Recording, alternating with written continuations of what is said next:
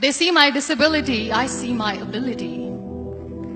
They call me disabled, I call myself differently abled. There are some incidents that happen in your life.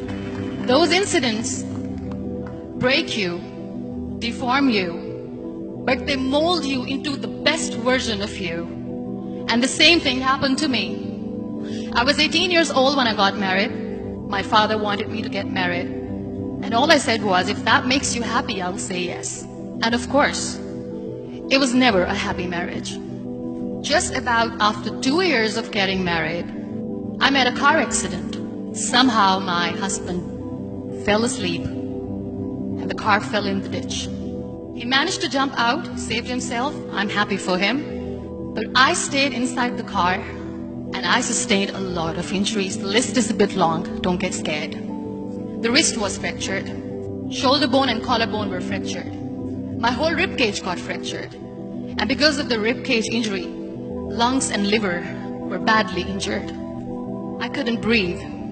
I lost urine and bowel control. That's why I have to wear the bag wherever I go. 3 vertebrae of my backbone were completely crushed. And I got paralyzed for the rest of my life. I finally ended up in a hospital where I stayed for 2.5 months. I underwent multiple surgeries. One day, doctor came to me and he said, well, I heard that you wanted to be an artist, but you ended up being a housewife. I have a bad news for you. You won't be able to paint again because your wrist and your arm are so deformed, you won't be able to hold a pen again. Next day, doctor came to me and said, your spine injury is so bad, you won't be able to walk again. Because of your spine injury and the fixation that you have in your back, you won't be able to give birth to a child again. That day, I was devastated. I asked my mother, why me? And that is where I started to question my existence. Why am I even alive? And that is where I realized that the words have the power to heal the soul. My mother said to me, this too shall pass. God has a greater plan for you.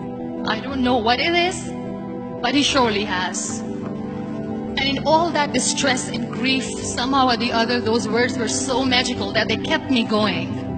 One day I asked my brothers, I know I have a deformed hand, but I'm tired of looking at these white walls in the hospital and wearing these white scrubs. I'm getting tired of this. I want to add more colors to my life. I want to do something. Bring me some colors. Bring me some small canvas. I want to paint. So the very first painting I made was on my deathbed, where I painted for the very first time. It was not just an art piece or just my passion. It was my therapy. And then I was discharged and I went back home. And I went back home and I realized that I had developed a lot of pressure ulcers on my back and on my hip bone. I was unable to sit. There were a lot of infections in my body, a lot of allergies. So doctors wanted me to lie down on the bed straight for not 6 months, for not 1 year, for 2 years. I was bedridden, confined in that one room, looking outside the window, listening to the birds chirping, and thinking maybe there will be a time when we'll be going out with the family and enjoying the nature. That was the time where I realized how lucky people are. That is the time where I realized that the day I'm going to sit, I'm going to share this pain with everyone to make them realize how blessed they are, and they don't even consider them lucky. That day I decided that I'm going to fight my fears. We all have fears. Fear of unknown, fear of losing people, fear of losing health, money. We want to excel in career, we want to become famous, we want to get money. We are scared all the time. So I wrote down one by one all those fears. And I decided that I'm going to overcome these fears one at a time. Do you know what was my biggest fear? Divorce. I was trying to cling on to this person who didn't want me anymore, but I said no. I have to make it work. But the day I decided that this is nothing but my fear, I liberated myself by setting him free. And I made myself emotionally so strong that the day I got the news that he's getting married, I sent him a text that I'm so happy for you and I wish you all the best. And he knows that I pray for him today. Number 2 was, I won't be able to be a mother again. And that was quite devastating for me.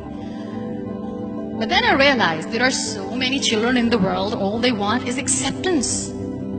So there is no point of crying, just go and adopt one. And that's what I did.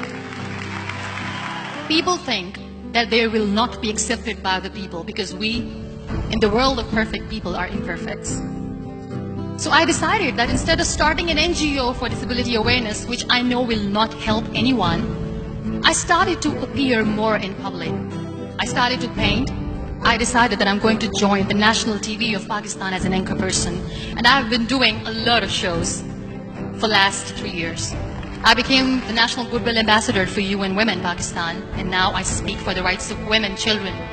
We talk about inclusion, diversity, gender equality, which is a must. Every time I go in public, I always smile. It's always a big toothy smile on my face, and people ask me, don't you get tired of smiling all the time? What's the secret? I always say one thing, that I have stopped worrying about the things that I have lost, the people that I have lost. Things and people who were meant to be with me are with me. And sometimes, somebody's absence makes you a better person. Cherish their absence. It's always a blessing in disguise. Live your life fully. Accept yourself the way you are. Be kind to yourself. Be kind to yourself. I'll repeat, be kind to yourself, and only then you can be kind to others. Love yourself and spread that love. Life will be hard. There will be turmoil. There will be trials, but that will only make you stronger. So when you accept yourself the way you are, the world recognizes you. It all starts from within.